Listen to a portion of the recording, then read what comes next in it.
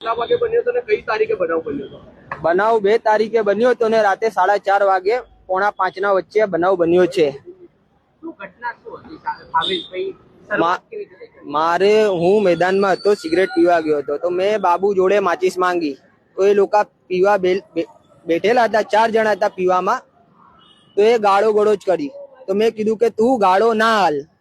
તો એ ડાયરેક્ટ ઉતરીને મને ધક્કો માર્યો ને પછી મારા જોડે હાથ ચાલાકી કરી. તો હું ત્યાંથી દોડીને અહીંયા રોડ ઉપર આવ્યો તો મને મહેશ મળ્યો.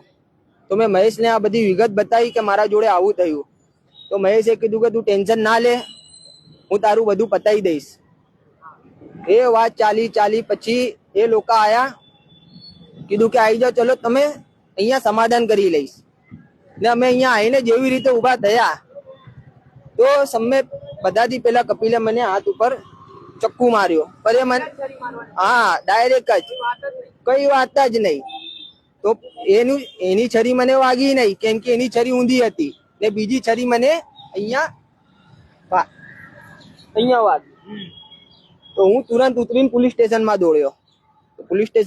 તો મેં કીધું કે ત્યાં ડોનને એ લોકો છરી મારે છે, તમે કશો.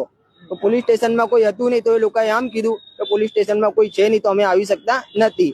તો હું પોલીસ સ્ટેશનથી બહાર આવીને જોયું કે પછી ડોનને અમે ફોરવ્હીલમાં નાખીને ડાયરેક્ટ શારદાબેન સારવાર માટે લઈ ગયા. તમે પોલીસ સ્ટેશનમાં ગયા, તમે એમ કહો છો કે પોલીસ વાળાએ કીધું કે કોઈ નથી, તમે ગયા એ સમય કેટલા પોલીસ અધિકારીઓ